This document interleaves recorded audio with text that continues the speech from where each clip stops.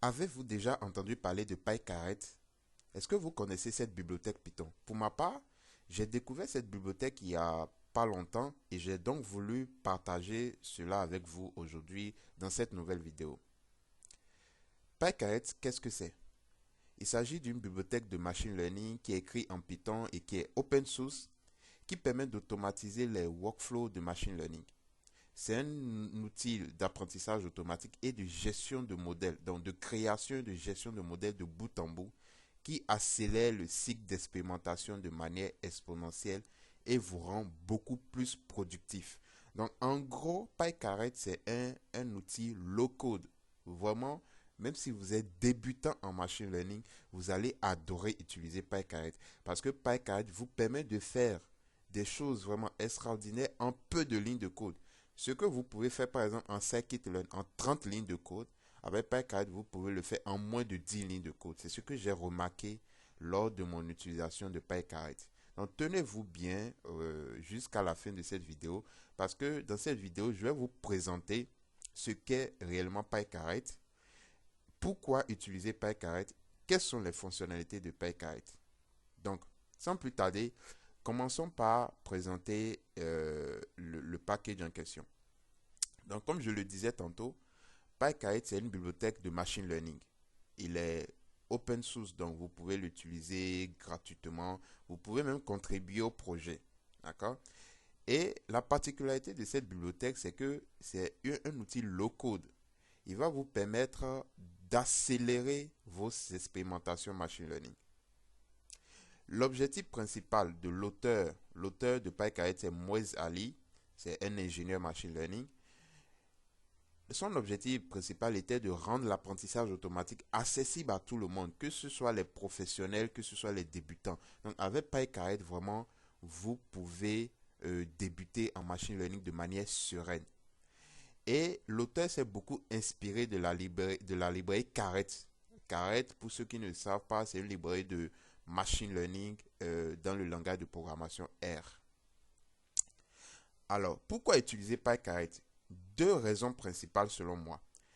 Parce que PyCaret est simple à utiliser et facile. Donc simple et facile à utiliser. En effet, PyCaret permet de réaliser de bout en bout des expériences de machine learning avec très peu de lignes de code par rapport à d'autres bibliothèques. Donc c'est ce qui est génial en fait. Il faut savoir que PyCaret c'est essentiellement un wrapper Python, d'accord? Donc il va prendre beaucoup de fonctionnalités d'autres bibliothèques de machine learning telles que scikit-learn, XGBoost, CatBoost, SpaCy, Optuna, HyperOpt, et etc. D'accord? Donc, il prend toutes ces fonctions, les fonctions de ces packages-là et il va, à partir de ces fonctions, créer d'autres fonctions qui seront beaucoup plus faciles à utiliser par l'utilisateur. OK? Donc, c'est réellement un outil low-code. Il y a quelque chose qu'il faut comprendre. PyCaret n'est pas un outil d'auto-ML. D'accord? Parce que il ne s'agit pas avec PyCaret de cliquer quelque part et 3 heures après de revenir voir le modèle qui a été construit. Non, ce n'est pas un outil d'auto-ML, mais c'est un outil qui vous permet d'écrire moins de code pour faire, pour créer et déployer un modèle. Vraiment moins de code. Je l'ai dit, moi j'ai été vraiment surpris agréablement parce que des choses que je faisais avec scikit-learn en 30 lignes de code, je les fais en moins de 10 lignes de code avec PyCaret. Et les résultats sont juste extraordinaires. Deuxième raison principale, c'est que c'est une solution prête à l'emploi pour les entreprises. Il faut savoir que toutes les opérations effectuées dans PyCaret sont séquentiellement stockées dans un pipeline entièrement automatisé pour le déploiement. Donc, le modèle dans PyKite, c'est un pipeline en fait. Donc, qu'il s'agisse d'imputer des valeurs manquantes, d'encoder, de faire le one-hot encoding pour encoder vos variables catégorielles, de transformer des données catégorielles, d'ingénierie de caractéristiques, donc de faire le feature engineering, ou même de réglage d'hyperparamètres, PyKite automatise tout cela et met toutes ces étapes à l'intérieur d'un pipeline. Donc, ce qui veut dire que dès que vous êtes satisfait du modèle, vous pouvez le déployer facilement et rapidement en production.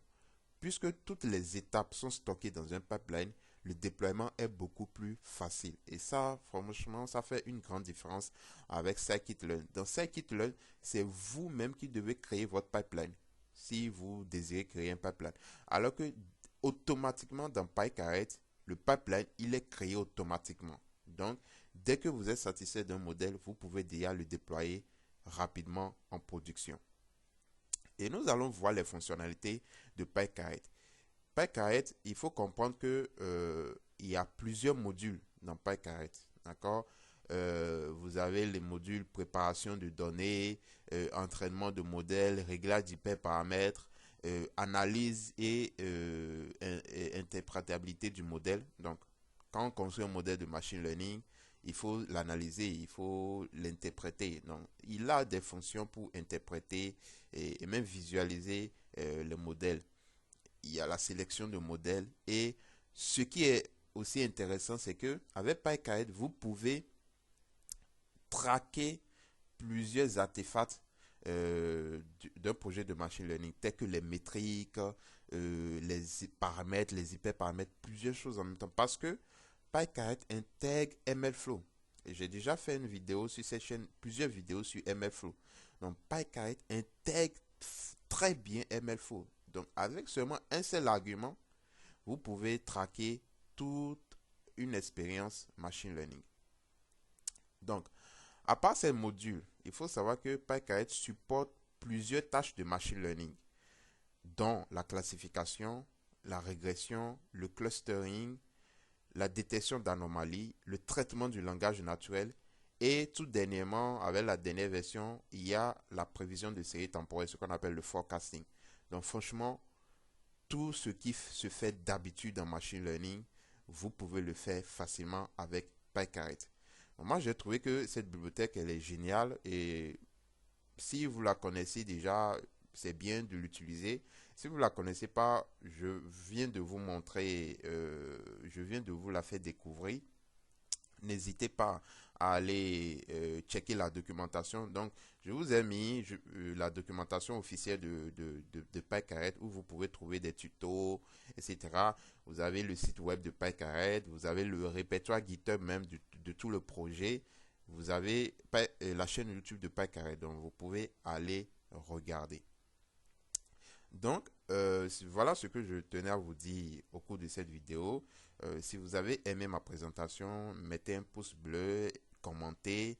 Dites-moi surtout en commentaire quelle utilisation vous faites de PyCaret et est-ce que ça vous aide ou pas dans vos projets de machine learning.